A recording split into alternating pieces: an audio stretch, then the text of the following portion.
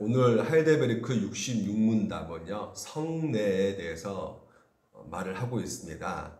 그러니까 성례가 왜 필요한지, 그리고 성례에 우리가 참여할 때 어떤 마음으로 참여해야 될지, 우리가 이 교리 문답을 통해서 살펴보도록 하겠습니다. 저는 이 성례에 대해서 그렇게 중요하게 생각하지 않았어요. 제가 껄렁껄렁한 집사 시절 때 이 성례에 대해서, 그러니까 성례가 바로 성찬과 세례거든요. 그러니까 성찬식을 왜 하는지 저는 잘 이렇게 이해를 못했던 것 같아요. 그래서 이렇게 주보를 보면 그날 성찬식이 있다면요, 굉장히 좀 이렇게 짜증난 때가 있었습니다. 왜냐면 늦게 끝나니까. 그래서 오늘 정말 늦게 끝나겠구나 이런 생각을 먼저 하게 되더라고요. 그 또 한 가지 특별히 오해하고 있었던 것이 무엇이냐면, 이제 검증받는다는 생각을 많이 하게 되었거든요. 검증이요. 그러니까 죄를 이렇게 지은 상태에서 이 성찬식을 참여할 수 없기 때문에 그 말씀을 이렇게 들어가지고 제가 그날 한 주에 뭐 이렇게 술을 마실 때 괜히 성찬식 이렇게 참여하다가 내가 저주받지 않을까라는 그 불안감, 이 두려움감이 있었던 것 같아요.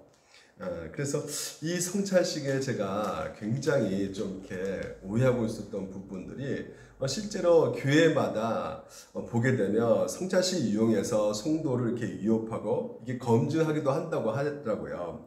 죄책감을 이제 자극시키고 공포감을 이제 조성해가지고 교회가 성도를 통제하는 그런 수단으로 이 성찬식을 이용하는 경우도 있다고 하는데, 왜 이렇게 성찬식에 대해서 우리가 잘못 인식하고 있고, 또한 이 성찬식에 대해서 어떻게 오해를 하고 있는지 이렇게 보게 되면요, 그 이유가 바로 우리가 제대로 이 성찬식에 대해서 교육을 받지 않았기 때문이라는 것을 생각해 보게 된다는 것이죠.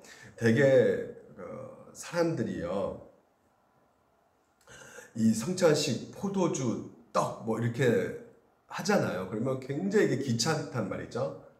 왜냐면 이것도 버려야 되고 또 이걸 또 담아야 되고, 그래서 이거 뭐 이렇게 할 필요가 뭐가 있느냐, 이게 말씀만 들으면 되지 이렇게 귀찮게 꼭 이렇게 돌리고 이렇게 굳이 할 필요가 있겠느냐 생각을 하게 되는데, 이 성찬식은요 굉장히 중요할 수밖에 없는 이유가 믿음과 연관이 되어 있기 때문에 그렇다는 것이에요. 그래서 우리가 지난 시간 65문을 잠깐 다시 한번 살펴보면요, 믿음은 어디서부터 오는 것이냐 라고 질문을 던지잖아요. 그 믿음이 어디서부터 오는 것입니까? 바로 성령부터 온다고 말하고 있어요. 그러니까 믿음은 어디서부터 생긴다고요? 그 근원지가 어디서부터 온다는 것이에요? 성령님으로부터 온다는 것이죠. 그래서 성령께서 오늘도 우리 가운데 이렇게 믿음을 주시는데, 그냥 주시는 것이 아니라 외적인 수단을 통해서 우리 가운데 믿음을 주신다는 것입니다. 그러면 외적인 수단이 무엇일까요? 바로 하나님의 말씀이라는 것이에요. 말씀을 통해서 하나님께서는, 이 성령께서는 이게 말씀을 우리가 듣는 순간에 이 성령께서 내 안에 믿음을 일으키신다는 것이죠.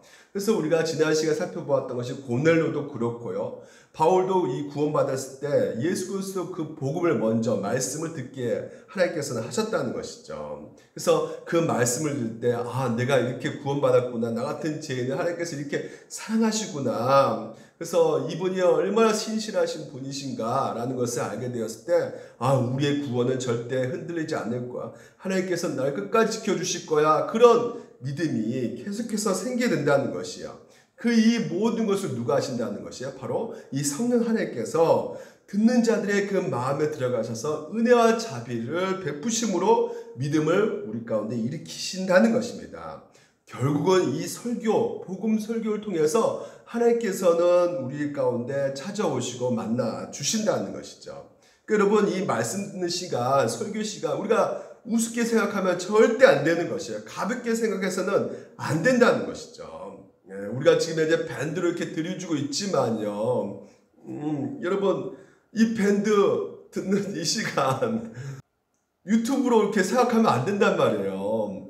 유튜브는 우리가 설거지도 하면서 들을 수도 있고, 뭐 운동하면서도 밥 먹으면서 들을 수 있겠지만, 우리가 왜 이 밴드에서 실시간으로 이렇게 하고 있는 이유가 무엇입니까? 집중하라는 것이에요. 딴짓하지 말라는 것이죠. 그러니까 여러분, 마음이 가는 곳에 자세가 따라올 수밖에 없게 돼 있는 것이에요. 내가 어떤 마음으로 듣는가, 설교 듣는가에 따라서 그 자세가 나오게 되는 것입니다. 여보 사랑해. 사랑해. 당신밖에 없어. 그러면 아내가 당신 어디야? 나 7080 카바레야. 그러면서 당신 사랑해. 나 버리지 마. 너밖에 없어. 이게 가능합니까?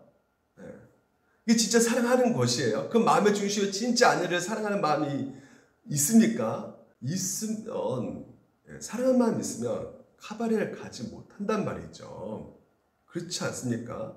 오늘도 우리가 하나님을 사랑하는 마음이 있고 예수 그리스도의 그 복음을 사모하는 마음이 있으면 우리의 마음의 자세가 반드시 주님 앞에 그 모습들이 달라질 수밖에 없게 되는 것이에요. 이 밴드 앞에 서 있는 것이요. 그리고 여러분 설교자의 그 말씀 앞에 서 있는 것은 궁극적으로 누구 앞에 서 있는 것인가? 고넬료가 뭐라 말했습니까? 이렇게 말하고 있죠. 당신에게 명하신 모든 것을 듣고자 하여 다 어디 앞에 서 있다는 것이에요? 하나님 앞에 서 있다는 것이에요. 왜 하나님 앞에 서 있습니까? 하나님이 우리를 구원시켜 주셨잖아요. 그렇죠. 예수 그리스도를 통해서. 그래서 예수 그리스도의 믿음을 우리 가운데 자라기 위해서, 믿음이 성장하기 위해서, 믿음이 되게 하기 위해서 오늘도 그 하나님께서는 말씀을 통해서 우리의 믿음을 성장시켜 가기 때문에 복음의 그 선포를 통해서 하나님께서 우리의 믿음을 자라게 하시기 때문에 우리는 무조건 이 말씀에 최고의 그 우선순위를 두면서 신앙생활을 해야 된다는 것이죠. 어떤 사람이 찬송과 기도와 말씀 비중을 똑같이 둬야 되는 거 아니겠습니까? 아니에요, 여러분. 그것은 설교의 그 복음의 그 의미를, 가치를 모르고 하는 소리란 말이죠. 믿음은, 그러므로 믿음은 들음에서 난다는 것이에요. 그 들음은 뭡니까? 복음 선포, 그리스도의 말씀으로 우리 믿음이 날 수밖에 없단 말이죠. 그래서 오늘 내가 이 시간 하나님의 말씀을 통해서 내 삶 속에서 순간순간 하나님께서 어떤 감사의 제목을 주셨고 내가 앞으로 어떻게 하나님께서 원하시는 삶으로 변해야 될 것인가를 이 말씀을 통해서 내가 깨닫게 되고 있다면 그것이 바로 어떤 상태에 있는 것이에요? 하나님 앞에 있어서 그 하나님의 말씀, 하나님의 음성을 지금 이제 듣고 있는 상태가 되는 것이죠. 그렇다면 여러분 이 믿음이 우리가 이렇게 생겼다면 이 믿음으로 생겼으니까 다 끝난 것이 아니란 말이죠. 이 믿음은 확증을 받아야 되고 더욱더 강화되어야 된다는 것이죠. 그래서 하나님께서 주신 것이 무엇이냐면 바로 끝에 보게 되면 빨간 성령의 지평을 통해서 성령님은 그 믿음을 어떻게 하신다는 것입니까? 굳세게 하신다는 것이에요. 그러니까 여러분 성례는요 불신자들이 은혜를 받지 못해요. 참여할 수가 없어요. 왜 그렇습니까? 우리가 복음 같은 경우는 불신자도 참여해서 들을 수가 있죠. 신자 불신자 참여해서 들을 수가 있어요. 하지만 이 성례는 불신자가 참여할 수 없는 이유가 무엇입니까? 이미 믿음을 갖고 있는 사람들을 더욱더 굳세게 하는 것이기 때문에 신자가 참여할 수가 있는 것이에요. 세례받는 신자가 이 성찬식에 참여할 수가 있는 것입니다. 목사님, 왜 이 성찬식 말씀만 증거하면 되는 거죠? 말씀 듣고 은혜 받으면 되지 왜 성찬식이 꼭 필요합니까? 라는 그 질문 가운데 이 66문에서 이렇게 말하고 있단 말이죠. 60은 성례란 무엇인가? 하나님이 친히 제정하는 것으로 우리 눈으로 볼 수 있도록 우리 눈으로 가시적이고 볼 수 있도록 거룩한 표요, 인호라는 것이에요. 표, 인호. 그러니까 복음의 약속을 눈으로 보게 하는 표라는 거예요. 표가 사인, 도로 표지판 이 사인 아시죠? 인이라는 것이에요. 인은 도장 찍는 그 인친다 그러잖아요. 그러니까 하이델베르크 요리문답은 이 표와 인이라는 것을 연결시켜가지고 성례가 시행될 때 하나님께서는 복음의 약속을 우리에게 훨씬 더 충만하게 확증적으로 해주신다는 것이에요. 무엇을 통해서? 성례를 통해서. 그러니까 성례는 복음의 그 약속의 메시지와 별도로 갈 수가 없는 것이죠. 함께 갈 수밖에 없는 것이죠. 왜? 이 성례가 복음의 약속을 선언하게 해주고 이 복음의 약속을 보시면 어떻게 됩니까? 분명하게 확증해 주고 있단 말이에요. 그러니까 이 성례가 얼마나 중요합니까? 근데 왜 이게 성례가 꼭 필요하다는 이유가 무엇일까요? 복음만 전하면 되는데 물론 그렇습니다. 말씀 외에 더 이상 필요한 것은 없어요. 하지만 문제는 뭐냐면 우리가 어떤 상태에 있습니까? 죄의 오염에 있단 말이에요. 다시 말해서 우리 안에 죄성이 있기 때문에 늘 확실하게 그 믿음을 가지고 온전히 이해하면서 그 믿음을 가지고 신앙생활을 할 수 있는 것이 아니란 말이죠. 어리석고 연약하단 말이죠. 이 죄로 말미암아. 그래서 완전한 확신 가운데 도달하기가 힘들어요. 하나님 말씀 들어도 완전하게 이해할 수가 없는 것이죠. 그래서 하나님께서는 우리의 이해와 믿음을 증진시키기 위해서 무엇을 허락하고 계시냐? 바로 이 성례라는 이것을 우리 가운데 선물로 허락하고 계신다는 것이죠. 이 연약함 때문에 우리의 그 무지 때문에 바로 이 성례가 오늘도 필요한 것입니다. 그래서 성경을 통해서 이 의미를 좀 더 우리가 확실히 알 수 있는 것이 이게 우리가 연약하기 때문에 무감각하기 때문에 이 성례가 필요하다는 것인데 이것이 왜 그런 것인가? 자, 보시죠. 모세와 모든 선지자 글로 시작한 모든 성경을 쓴 바 지금 제자들에게 이제 예수님께서 나타나셔서 말씀하고 계신 것이야. 그들이 막 책을 보고 있는데 너희들 무슨 책을 보냐? 구약성경을 보고 있거든요. 구약성경을 보니까 거기 너희들 이거 어떻게 이해하고 어떻게 생각하니? 이 구약성경은 모세오경, 선지자서는 에레미야, 그리고 시편 이 모든 글은 바로 나에 관한 얘기야 이렇게 말씀하고 계셔요. 그리고 너희가 성경에서 영생 얻는 줄 생각하고 성경을 연구하거니와 성경을 부지런히 연구하는데 그 성경은 누구에 대한 얘기냐? 바로 내에 대한 얘기야. 예수님의 얘기야. 예수님의 구원의 스토리야. 이렇게 예수님이 자신을 가리켜서 말씀하셨단 말이죠. 그러니까 구약에 있는 성막, 제물, 제사장 이 모든 것들 그 제사 드리기 위해서 희생제물 잡으려면 결국은 그 목을 빼고 다 토막을 내는데 피를 흘리게 되잖아요. 그래서 그 피, 이 모든 것이 뭐와 연관되어 있는 것입니까? 바로 이 예수와 연관되어 있단 말이죠. 그러니까 이 성경을 보면서 제대로 예수를 완벽하게 볼 수가 있어요. 그러니까 구약성경을 보면서 예수 그리스도를 제대로 보지 못하니까 예수님께서 나타나셔서 그것은 나에 대한 얘기라고 직접적으로 말씀하고 계신다는 것이죠. 여러분, 예수 그리스도만이 우리가 구원 받을 수가 있어요. 예수 그리스도 흘리신 피로만이 오늘 여러분 우리가 구원받을 수가 있는 것입니다. 그 피가 바로 하나님의 사랑을 우리 가운데 정확하게 보여주고 있는 것이에요. 내가 흘려야 될 피, 예수님께서 대신 다 흘리셨다는 말이죠. 그 죄로 말미암아 희생되어져 가지고 결국 내가 죽어야 되는데 예수님께서 대신 희생하셔서 대신 죽으셨다는 것이죠. 근데 여러분 이것이 이 성경 읽을 때 우리가 모른단 말이에요. 잘 이해력이 부족하단 말이죠. 어리석단 말이죠. 그래서 하나님께서는 그 성례를 통해서 정확하게 표와 인쳐 주셨단 말이에요.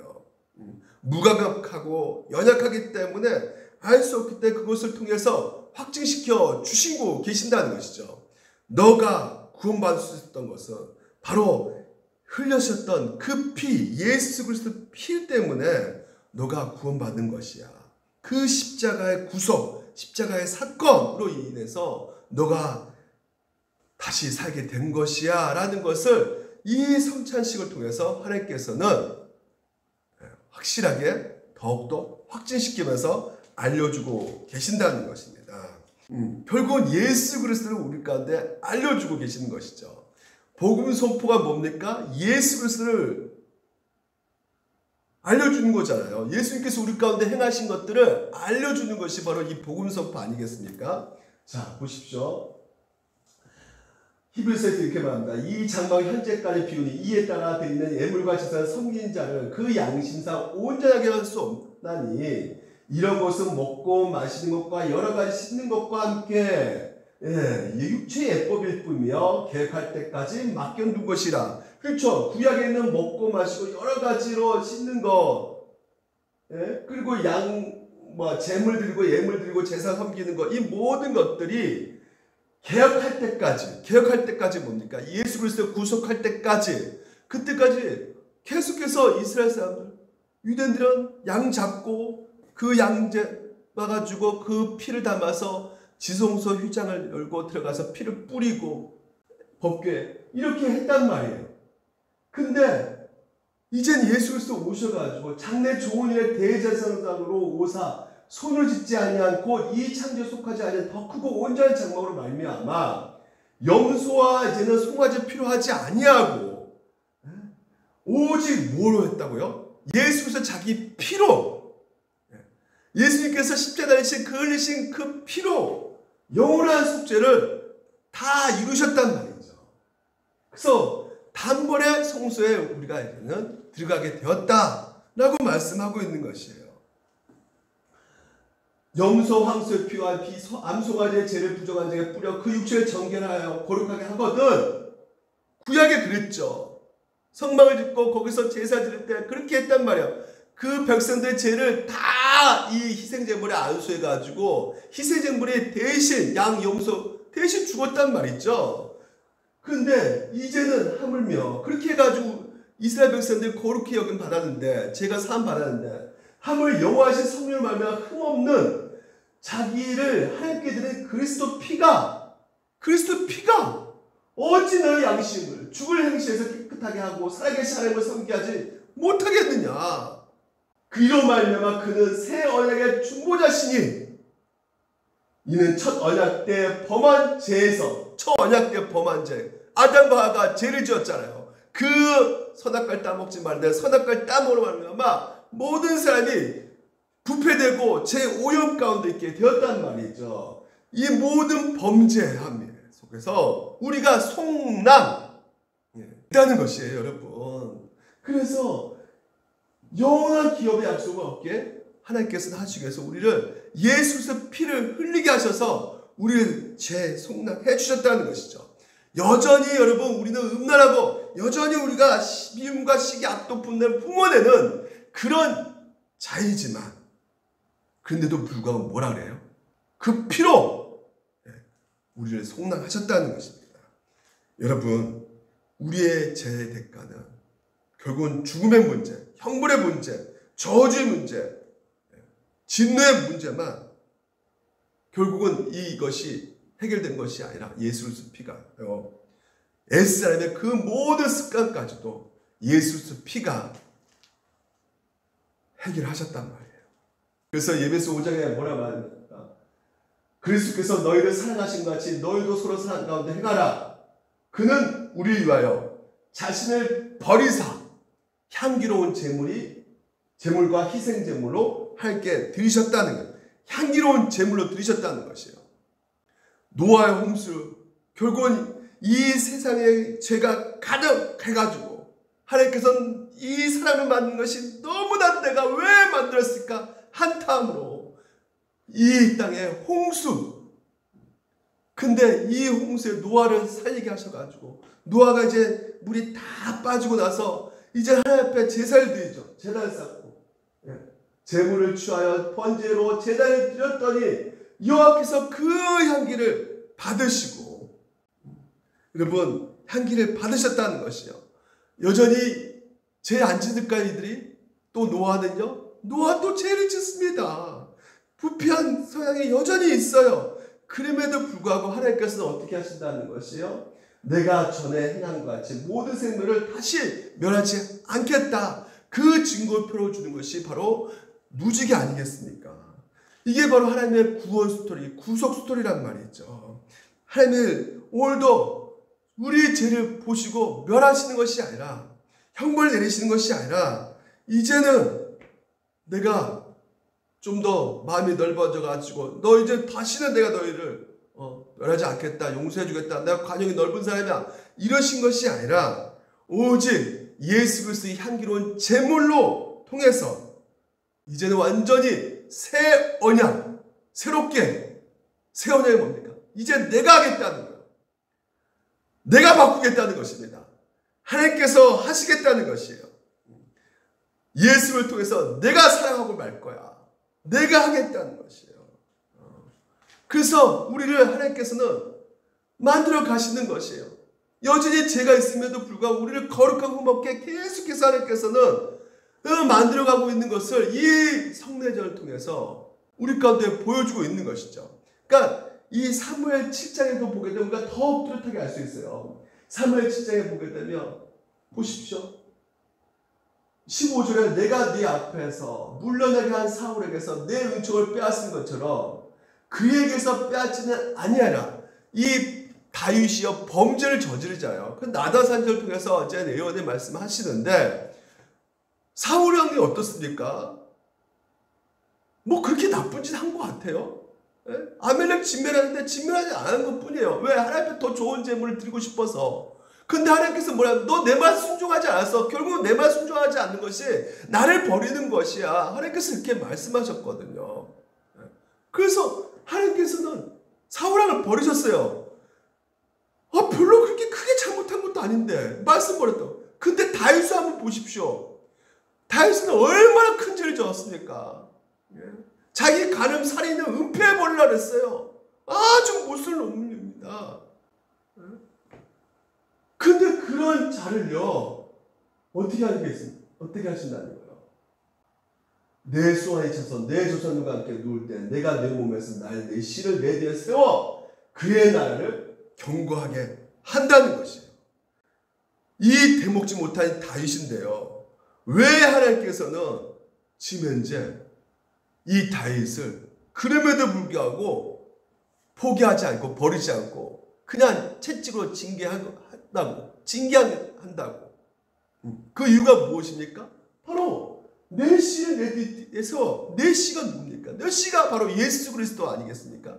다시 말해서 예수 그리스도 통해서, 그러니까 다윗의 후손으로 오실 그 예수 그리스도 그 한 분을 다윗에게 은혜로 베풀어 주셨기 때문에 하나님께서는 이 다윗을 버리지 않으신다는 것이에요.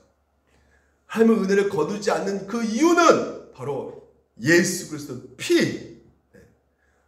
궁극적으로 우리가 가능성이 있기 때문에 우리가 좀 죄짓고 났지만 그래도 조금은 오늘 보니까 그래도 이거는 내가 오늘 또 안 졌네.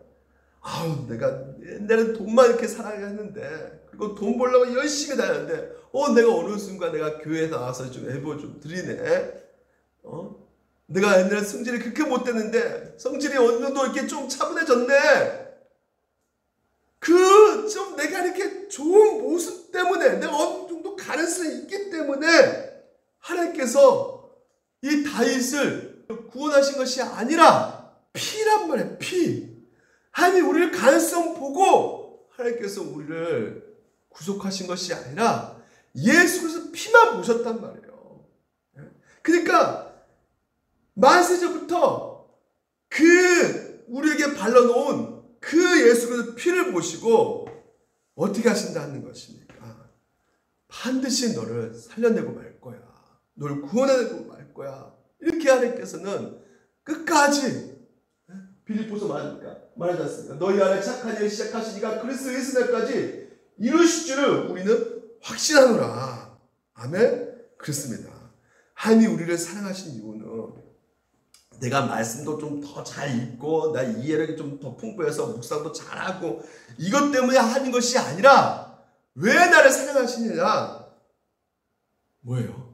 그렇죠. 우리 안에 계신 예수 그리스도를 하나님께서는 흠명하셨기 때문에 그렇다는 것이에요. 예수 그리스도 그 흘리신 피로 오늘도 우리를 속량하셨기 때문에 이제 더 이상 옛날 똑같은 방식으로 너희를 처벌하지 않겠다는 것입니다. 그것을 뭘로 가시적으로 보여주고 있는 것이에요? 이 성찬식 통해서 보여주고 있는 것이에요. 여전히 나는 범죄하고 있는데, 여전히 나는 되먹지 못하는데, 하나님께서는 오늘 우리 가운데 그 무지개 언약처럼 홍수 막 비가 막 내리는 거예요. 노아 홍수가 생각납니다. 비가 많이 내리네. 이제 죽겠네. 이거 우리 노아 홍수처럼 우리 싹 다 물에 가라앉은 거 아닌가? 근데 갑자기 저기서 무지개가 쫙 떠요. 하나님께 약속해 주셨잖아요. 절대 물로 심판하지 않겠다고. 마찬가지입니다. 하나님께서 그 약속을 해주셨단 말이죠. 예수 그리스도의 그 십자가. 그래서 이미 이제는 너는 내 거다. 이제 내가 알아서 할 것이다. 내가 인도할 것이다. 내가 움직일 것이다. 그것이 바로 그와 같은 신이 어디 있으리까? 진노를 오래 품지 아니하신다는 것이에요. 우리를. 그러면서 어떻게 합니까? 다시 우리를 불쌍히 여기셔서 우리 죄악을 발로 밟으시고, 다시 말해서 뭡니까? 하나님께서 여전히 내가 있는 그 애습관, 옛날에 그 죄된 그 본성을 어떻게든지 하나님께서는 하나씩 죄를 제거하시면서 우리를 거룩하게, 내가 거룩하니 너희도 거룩하라, 거룩하게 하나님께서는 만들어 가신다는 것이에요. 어떻게? 주께서 누구처럼 애적에 우리 조상들에게 맹세하신 대로 야곱에게 성실을 베푸신 것처럼 보았을 때 바울은 회심한 자란 말이에요. 나의 달려갈 길 다 달려가고 있는 복음에 아주 신실한 자란 말이죠. 근데 이런 자가요, 싸우고 있단 말입니다. 막 제 법, 하나님을 따르고 싶은 마음의 법, 이것이 싸우고 있단 말이에요. 그래서 3라운드 곤투샵 하는데, 3라운드까지 내가 버틸 수 있을 것 같은데, 이놈하고 붙으면, 이 죄하고 붙으면. 근데 딱 1라운드 시작하자마자 10초 만에 그냥 한 대 맞고 그냥 다운돼 버려요. 이게 바로 우리란 말입니다. 그러니까 오라, 이게 뭐야? 죄와 사망을 보면서 내가 이거 어떻게 하냐? 큰일 났다. 근데 뭐라 합니까? 주 예수 그리스도로 말미암아 하나님께 가. 하나님이 나의 그 죄 짓는 것을 보지 않으시고 왜 예수께 감사합니까? 바울이요? 예수 피만 보신다는 거예요. 할렐루야. 내가 뭔가 좀 더 잘난 그런 어떤 가능성이 있어서 우리를 살리시는 것이 아니란 말이에요. 우리를 구원시켜 주신 것이 아닙니다. 내가 좀 더 착한 것이 있어서, 내가 실력이 있어서, 능력이 있어서 아니에요. 여러분, 왜 하나님께서 여러분 교회에 불러주셨습니까? 내가 믿음이 좋아서? 내가 성실해서? 내 탁월한 은사가 있어서? No! 아니에요. 우리는 여전히 죄를 짓고 있는 자예요. 사도행전 2장 이거 보겠습니다. 사도행전 2장에 보게 되면요, 성령이 강림하셔서 베드로가 설교를 합니다. 베드로가 설교하는데 부활, 승천, 여러 가지 성령에 관해서 설교하는데 회개하니까 3,000명이 회개해요. 그래서 이 3,000명이 최초에 세례를 받고 교회를 세웁니다. 교회에 불러주시는 것이에요. 그래서 이들과 같이 이제 성찬식하고 그 떡과 포도주를 마시는데, 이 베드로의 설교가 결론이 이거였어요. 너희가 십자가에 못 박는 이 예수를 하나님의 주와 그리스도 되게 하셨느니라. 지금 이제 이 베드로 앞에 설교 듣는 자들이요, 어떤 자였냐면요, 50일 전만 해도 예수님께서 본디오 빌라도에게 막 심하게 고문당하고 있었단 말이에요. 그러니까 대제사장이 와가지고 사형시켜 버리세요, 그냥 저거. 근데 빌라도가 보니까 이게 죄가 없어, 보니까요, 예수님이. 죄가 없으시니까 이거 어떡하냐. 그래서 그냥 몇 시간 좀 지나가지고 빌라도 재판 가운데 이제 바깥에 그 재판정 앞에 바깥에 예수님을 딱 세워놓고 보라는 것이죠. 사람들한테. 그 사람들이 막 모여들기 시작해요. 100명, 나중에 1000명, 2000명, 수천 명이 모이기 시작합니다. 근데 이 모여가지고 전부 다 한마디 하는 것이 무엇이냐면, 저 예수 못 박으시오! 죽여버리세요, 그냥! 빌라도가 갈등하는 거예요. 계속 사방에서 죽여버려, 저 예수 죽여! 근데 딱 한 사람이 한마디가 들리는 겁니다, 빌라도에게. 저 인간 자기가 왕이라 그랬어. 왕이라고 하는 사람을 풀어주면 당신 로마 황제에게 이젠 더 이상 충신이 아니야. 권력 요구에 사로잡혀 있는 이 빌라도가요, 이거 어쩔 수 없겠다, 그냥. 그래서 십자가 넘겨버리는 겁니다. 여러분, 이 사람이요, 예수 죽여버려 하는 사람들이요, 이 베드로의 설교를 듣고 회개해버린 거예요. 이거 어찌할꼬? 내가 죽인 사람이 바로 메시아였네, 구주였네. 그래서 이 회개하고 다시 뭡니까? 그 예수를 죽인 사람들을 교회로 하나님께서 불러 모으셨다는 거예요. 이게 하나님의 복수하는 방식이라는 것입니다. 하나님밖에 없는 아들을 죽이는 그 사람들을 자녀로 삼으셔가지고 교회로 불러 모으신 이 하나님의 사랑, 이 하나님의 용서, 국률. 그래서 이것을 경험한 자들에게 있어서 이 성찬식은 어떤 마음을 가질 수밖에 없느냐? 보십시오.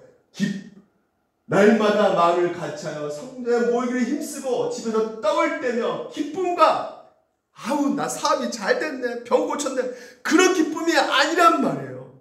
내가 받은 구원이 이렇게 큰 거구나. 내가 예수를 죽였는데, 예수를 내가 죽였는데, 이런 나를 교회로 불러주셔가지고 하나님 자녀 삼아주시고 날 구원시켜준 그 은혜, 그러니까 기쁨이 넘치는 거예요. 그 순전한 마음이 뭡니까? 어린아이 같은 마음이죠. 주님밖에 없습니다. 주님, 순전한 마음, 어린 마음, 주님만 내 모든 것이 되십니다. 어린아이 엄마 품에 꽉 붙들어 있잖아요. 그 기쁨 있잖아요. 어린아이가 엄마 품에. 그 기쁨이에요. 네. 그 마음으로 우리가 어디 참여하는 것이요? 성찬식에 참여하는 것입니다. 할렐루야. 그리고 그냥 그러면 그걸로 이제 기쁨을 참으면 그걸 끝난 겁니까? 아니죠. 또 내 한편에 또 어떤 마음이 흘러올 수밖에 없어요. 부끄러운 마음이죠. 미안한 마음이죠. 그렇지 않겠습니까? 내가 뭐길래? 난 늘 하나님 앞에서 나 자랑만 하고 잘난치 않는다. 그런 많은 사람들이 있는데도 불구하고 왜 나 같은 사람을 택했을까? 다른 사람 생각할 때 미안한 마음이 드는 것이에요. 내가 너무 많이 복을 받는 것 같아서. 복을 누리지 못하는 사람들이 너무 많고, 내가 얻고 있는 이 승리는 또한 누군가의 패배로, 전제로 하고 있고, 내가 재물로 또 많이 받는 것도, 많이 있는 것도 누군가가 정말 정당 대가를 받지 못하고 노동하고 있기 때문에 그럴 수 있다는 생각도 들기도 하고, 공부를 잘하게 된 것도 공부 못하는 애들이 있기 때문에, 내 높이 이름 올려 있는 것도 결국은 다른 사람이 받고 그 위에 서 있기 때문에, 그러니까 사람 넘을 때도 뭐예요? 미안함하고 부끄러움하고, 고맙습니다, 감사합니다. 그러니까 여러분, 교회 안에 두 사람밖에 없는 거예요. 두 종류. 한 종류는 뭡니까? 떳떳하게 자기 자신 자랑하는 사람, 바리새인처럼. 이거 내가 했는데 내 것이니까 내가 이렇게 당당하게 받을 수가 있는 것이지. 그러니까 사람들 보는 앞에서 막 크게 기도하는 거죠. 막.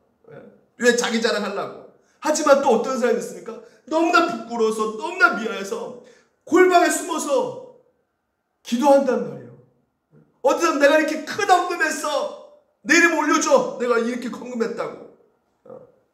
근데 어떤 사람은 부끄러워서 막 몰라요. 막 그냥 모르게 좀 해달라는 거죠. 숨어서. 그러니까 대문짝에 신문 하는 것을 너무나 좋아하는 나머지 남에게 그냥 드러낸 걸 너무 좋아한단 거지. 또 어떤 사람은 오른손이 하는 거 왼손 모르게 하는 그런 사람이 있는 것이죠. 그러니까 은혜 받는 사람의 마음가짐이 어떤 마음가짐이겠습니까? 모든 것이 하나님부터 왔다는 것을 알고, 그래서 예수 믿는 사람은 하나님 앞에서, 사람들 앞에서 부끄러울 수밖에 없어요. 윤동주 씨 아시죠? 하늘과 바람과 별과 시라는 시집에 그 서시가 있습니다. 죽는 날까지 하늘으로 한 점 부끄러움 없기를, 입새에 있는 바람에도 나는 괴로웠다, 부끄러웠단 말이죠. 그러니까 여러분, 이 윤동주가 이 저항시인이라고 생각해가지고요, 이거 이렇게 좀 시에 대해서 좀 이렇게 오해한 부분이 있는데, 이 시는 부끄럽다는 거예요. 주제가 부끄러운 거예요. 그래서 별을 노래하는 마음으로 모두 죽어가는 것들을 사랑해야지. 그리고 나한테 주어진 길을 걸어가야겠다. 오늘 밤에도 별이 바람에 스치운다. 이 부끄러움 단어가 다른 시에도 계속 있거든요. 이 윤동주에게. 그러니까 그는 아시다시피 여러분, 그 할아버지가 장로이십니다. 아버지의 신앙교육을 받았던 사람이에요, 윤동주는. 근데 자기는 이렇게 대학에 들어가서 강의 듣고 연희학교인가 거기 나왔잖아요. 근데 부모님들은 열심히 땀을 흘려 농사해가지고 그 부친 돈으로 이렇게 대학 강의를 듣고 있는데, 그 친구들 하나 둘씩 직령에 나가가지고 군대 가고 팔려가는데 자기는 학교 다니고 있단 말이죠. 그러니까 부끄러운 거예요. 천재잖아요, 천재. 나는 딱 생각하면 그러니까 시가 저절로 막 써지는데, 어떤 사람은 그렇지 않는 거죠. 그래서 이런 사람이 어떤 마음을 가지겠습니까?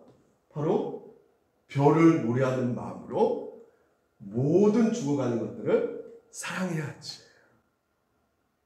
사랑해야지. 이게 바로 기쁨의 증거라는 것이에요. 사랑하는 마음. 오늘 성찬식을 통해서 우리가 하나 알 수 있는 것이 무엇입니까? 이 성찬식을 통해서 하나님께서 예수의 십자가의 피, 이 제사를 우리 가운데 보여줌으로 말미암아 내가 받은 은혜가 얼마나 큰지 깨닫고, 그래서 거기에 감사, 기뻐하며 참여하지만 또한 그 마음 가운데 부끄럽고 미안한 마음으로, 그래서 내 형제를 사랑하는 마음, 그래서 용서할 사람은 용서하고, 소망 줄 사람에게 소망을 주고,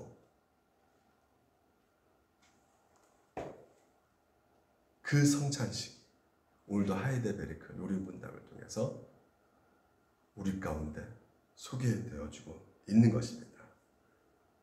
복음의 약속을 가식적으로 우리가 연약하기 때문에, 잘 모르기 때문에 확증시켜 주신다는 것이죠. 네가 받은 은혜가 무엇인가 보라는 것이에요.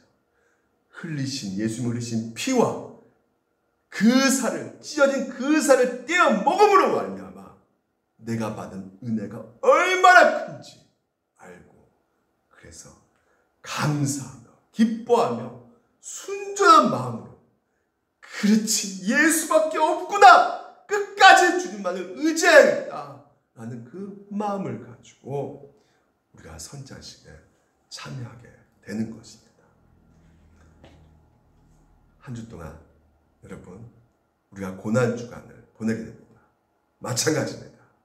두 가지 마음이 동시에 흘릴 수밖에 없는 것이에요. 이 고난주간을 하나님께서 나에게 베풀으신 그 은혜가 얼마나 큰지를 묵상하시기 바랍니다.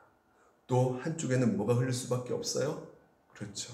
내가 뭐길래, 내가 어떻길래 나에게 이렇게 제 은혜를 베풀어 주셨는가.